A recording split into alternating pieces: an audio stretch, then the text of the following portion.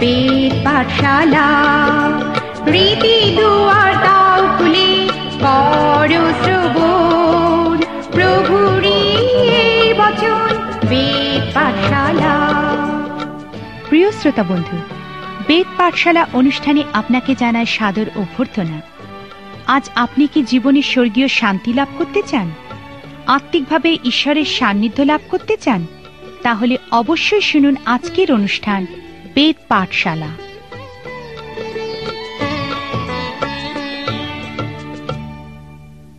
প্রিয় শ্রোতা বন্ধু, বেদ পাঠশালা অনুষ্ঠানে আপনাকে স্বাগত জানাই।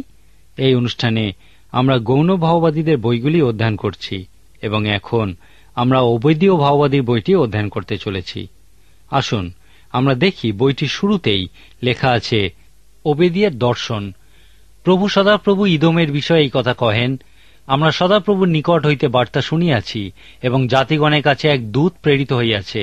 তোমরা উঠো, চলো, আমরা তার বিপক্ষে যুদ্ধ করণার্থে উঠিয়া যাই। দেখো, আমি তোমাকে জাতিগণের মধ্যে ক্ষুদ্র করিয়াছি, তুমি নিতান্ত অবজ্ঞার পাত্র। হে শৈলদরীবাসী, হে উচ্চস্থানবাসী, তোমার অন্তঃকরণের অহংকার তোমাকে বঞ্চনা করিয়াছে। তুমি মনে মনে কহিতেছ, কে আমাকে ভূমিতে নামাইবে? তুমি যদ্যপি ঈগল পক্ষীর ন্যায় উচ্চে আরোহণ করো, যদ্যপি তারাগণের মধ্যে তোমার বাসা স্থাপিত হয়, তথাপি আমি তোমাকে তথা হইতে নামাইব, ইহা সদাপ্রভু কহেন। এইভাবেই এই বইটি শুরু হয়েছে। যেহেতু অবিধীয় ভাববাদী বইটি খুবই ছোট, মাত্র একটি অধ্যায়, সেই জন্য তাকে গৌণ ভাববাদীদের মধ্যেও গৌণ বলা হয়। বাইবেলে এই বইটি সবথেকে ক্ষুদ্র বইগুলির একটি। অবেদীয় ভাববাদী সেই লোকদেরকে অহংকারী, গর্বিত এবং তারা মনে করে তাদেরকে কেউ উঁচু থেকে নাবাতে পারবে না, এই কথাগুলি বলার মধ্যে দিয়ে কি বলতে চেয়েছিলেন? তার প্রচারের মূল বক্তব্য হল, যদ্যপি তারাগণের মধ্যে তোমার বাসা স্থাপিত হয়, তথাপি আমি তথা হইতে তোমাকে নাবাইব, ইহা সদাপ্রভু কহেন।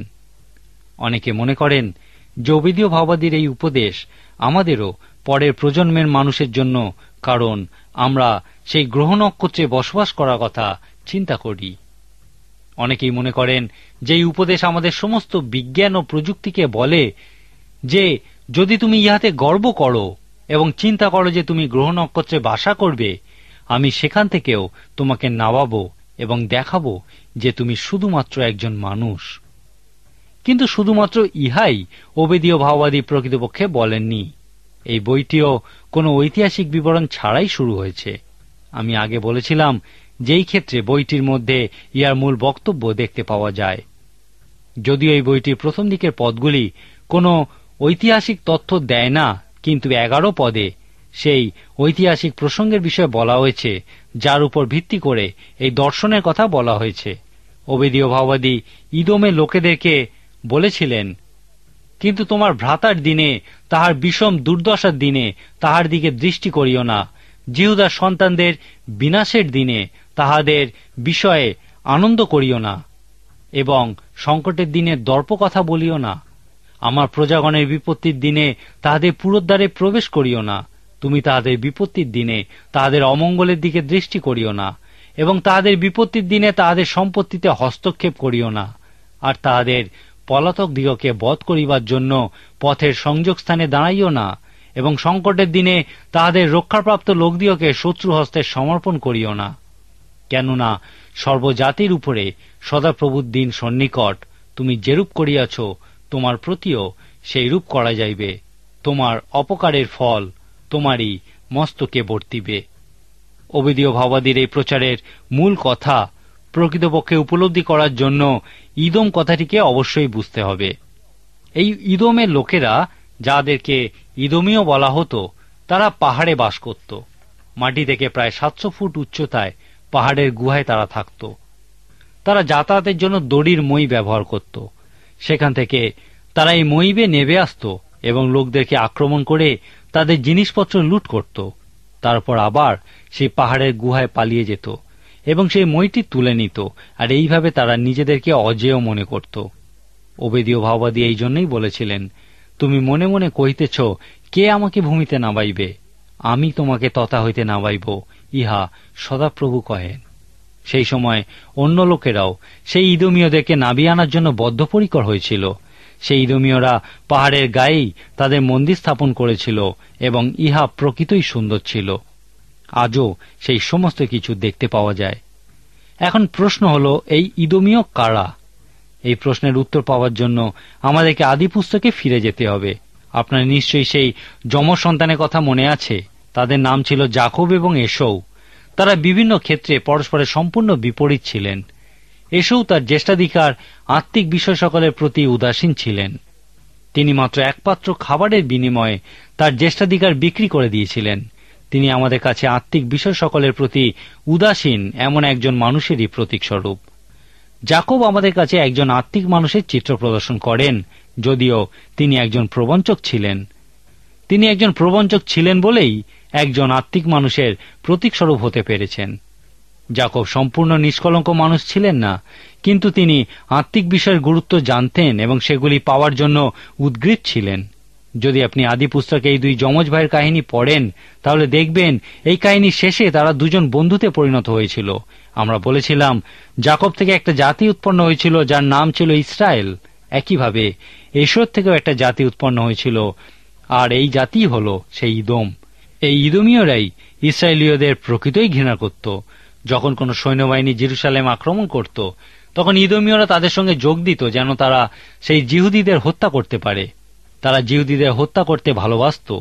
ওবেদীয় ভাওবাদীর হৃদয়ে প্রকৃতই যে বিষয়টা ছিল তা হল, আমি আগেই বলেছিলাম, জেরুসালেম শহর 20 বছরের মধ্যে অনেকবার আক্রান্ত হয়েছিল। পণ্ডিত ব্যক্তিরা মনে করেন যে ওবেদীয় ভাওবাদী সিদিকীয় রাজার সময় জেরুসালেমের পতনের বিষয়ে বলেছেন, যখন সেই শহর সম্পূর্ণ ধ্বংস করে দেওয়া হয়েছিল এবং জীবিত প্রায় প্রত্যেককেই বাবিলে বন্দী করে নিয়ে যাওয়া হয়েছিল। এই দুঃখপূর্ণ ঘটনার সময় সেই ইদোমীয়রা উল্লাস করেছিল। তারা জেরুসালেম শহর লুট করার জন্য বাবিলীয়দের সঙ্গে যোগ দিয়েছিল। মাঝে মাঝে তারা সেই পালিয়ে যাওয়া জিহুদীদের হত্যা পর্যন্ত করত, কারণ তারা তাদেরকে ঘৃণা করত। এই বিষয়টি আপনাকে ওবেদীয় ভাওবাদীর এই বইটি প্রকৃতই বুঝতে সাহায্য করবে। তিনি তার প্রচারের একটি জায়গায় সেই ইদোমীয়দের উদ্দেশ্যে অন্তত 8 বার বলেছেন, তোমরা করিও না। ইহা আমরা এই বইয়ের 12 থেকে 15 পদে দেখতে পাই, যে অংশটা আমরা একটু আগেই পড়েছি। পরিশেষে আমরা অন্যান্য ভাওবাদীদের বইগুলির মতোই এখানেও দেখি সেই ঈশ্বরের দিনের কথা। ওবেদীয় ভাওবাদী খুবই দক্ষতার সঙ্গে স্পষ্ট করে বলেছেন, বাবিলের সময়ে তারা আমার লোকেদের উপরে অত্যাচার উৎপীড়ন করেছে।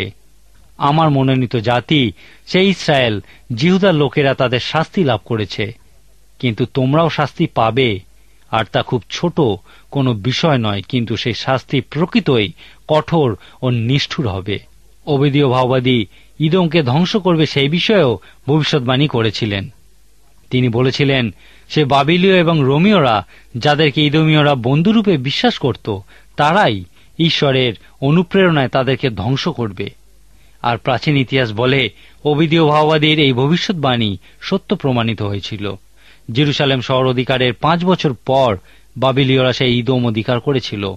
এর বেশ কিছু বছর পর রোমীয়রা সেই ইদোম অধিকার করেছিল এবং তারা সেখানে এমন কিছু করেছিল যে জন্য তারা বিখ্যাত হয়ে আছে। তারা জানত যে ইদোমীয়রা জিহুদীদের ঘৃণা করে, এই জন্য তারা একজন ইদোমীয়কে জিহুদীদের উপরে পুতুল রাজা করেছিল। রাজা হেরোদ হলেন সেই মন্দ রাজা, আর ইনি সেই নির্দোষ শিশুদের হত্যা করার আদেশ দিয়েছিলেন। রোমীয়রা যখন জেরুসালেম শহর অধিকার করেছিল, তারা তখন সেই ইদোমীয়দের সম্পূর্ণ ধ্বংস করেছিল। তারা তাদের একজনকেও ছাড়েনি। আর এইভাবেই আক্ষরিক অর্থেই ওবেদীয় ভাওবাদীর ভবিষ্যৎবাণী পূর্ণ হয়েছিল। এই ওবেদীয় পুস্তকটি ভবিষ্যৎবাণীর পরিপূর্ণতার প্রসঙ্গে একটি অতি আকর্ষণীয় পুস্তক। পবিত্র শাস্ত্রের এই ছোট্ট বইটি এক কথায় কি বলতে চায়? ওবেদীয় ভাওবাদীর প্রচার থেকে আমরা কিছু খুবই গুরুত্বপূর্ণ আধ্যাত্মিক আবেদনের বিষয় দেখতে পাই। প্রথমত, আমার মনে হয় ওবেদীয় ভাওবাদীর বক্তব্য রোমীয় পুস্তকের 8 অধ্যায় 28 পদে দেখতে পাওয়া যায়।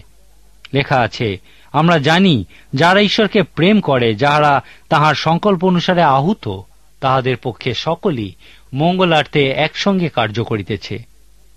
আমরা ইব্রিয় পুস্তকের 12 অধ্যায় এবং আরো অন্যান্য জায়গায় দেখেছি যে ঈশ্বরের সন্তানেরা কখনোই পাপের সঙ্গে বা মন্দ কাজের সঙ্গে থাকতে পারে না। যদি আপনি ঈশ্বরের সন্তান হন, তাহলে আপনিও পাপের সঙ্গে থাকতে পারবেন না। আপনি ইয়া পারবেন না, কারণ ঈশ্বরের লোকেরা পাপ করলে তাদেরকে শাস্তি পেতে হয়। এই প্রচারে বর্ণিত জিহুদার অবস্থা দেখে আমরা সেখান থেকে ইহাই আধ্যাত্মিক আবেদন রূপে দেখতে পাই। সেই ইদোমীয়রা জিহুদার দশা শোচনীয় করে তুলেছিল। ওবেদীয় ভাববাদীর প্রচারে আমরা সেই ইদোমীয়দের সম্পূর্ণ ধ্বংসের মধ্যে দিয়ে ঈশ্বরের শাস্তি তাদের উপরে নেমে আসার বিষয় দেখতে পাই। এরপর ব্যক্তিগত আধ্যাত্মিক আবেদন রূপে আমরা অন্য একটি বিষয় দেখতে পাই। বাইবেল বলে বিশ্বাসঘাতকদের পথ অসমান। এই বিশ্বাসঘাতক হল তারা যারা ঈশ্বরের বাক্যানুযায়ী চলে না এবং তা উপেক্ষা করে। পবিত্র শাস্ত্র বলে তাদের পথ অসমান, কারণ সবশেষে তাদেরকে তাদের কর্মফল ভোগ করতেই হবে। তাদের কর্মফল সর্বদা তিক্ত হয়ে থাকে। সুতরাং বিশ্বাসঘাতকদের হিংসা করবেন না। ইদোমকে যখন ঈশ্বরের শাস্তি পেতে দেখবেন, তখন প্রকৃতই বুঝতে পারবেন যে বিশ্বাসঘাতকদের পথ অসমান বা কতটা কঠিন। এখন জিহুদা যে শাস্তির অভিজ্ঞতা লাভ করেছিল এবং ঈশ্বরের শাস্তির দরুন ইদোমের সম্পূর্ণ ধ্বংস হয়ে যাওয়ার মধ্যে একটা পার্থক্য আছে। গীতসংহিতা পুস্তকের 1 সংখ্যার গীতে আপনি একটি উপদেশ দেখতে পাবেন, আর তা হল, একই জায়গায় 2 জন মানুষ আছেন, তাদের মধ্যে আপনি কোনজন? আশীর্বাদযুক্ত মানুষ সমস্ত আত্মিক আশীর্বাদ লাভ করে, আর তার সব থেকে বড় আশীর্বাদ হল যে সে পাপীদের পথে দাঁড়ায় না। কিন্তু এই গীতে সেই পাপীদের বিষয়ে বলা হয়েছে যে তাদের পথ বিনষ্ট হবে। আজকের মতো আমার সময় এখানেই শেষ।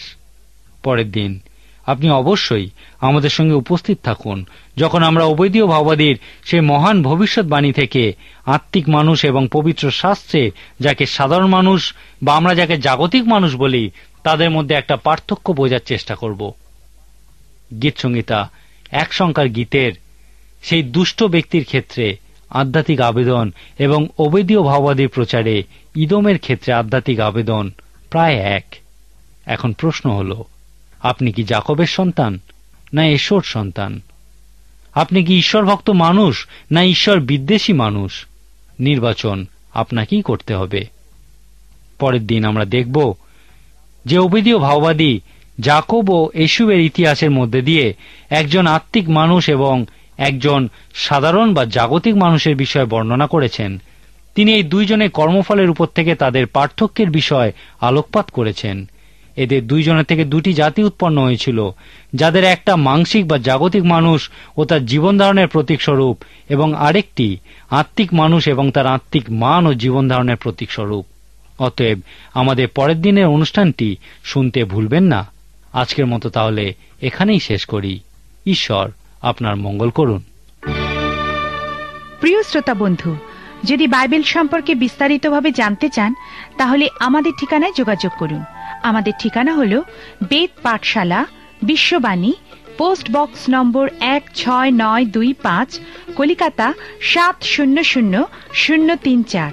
আবার বলছি, বেদ পাঠশালা, বিশ্ববাণী, পোস্ট বক্স নম্বর 16925, কলিকাতা 700034। নমস্কার।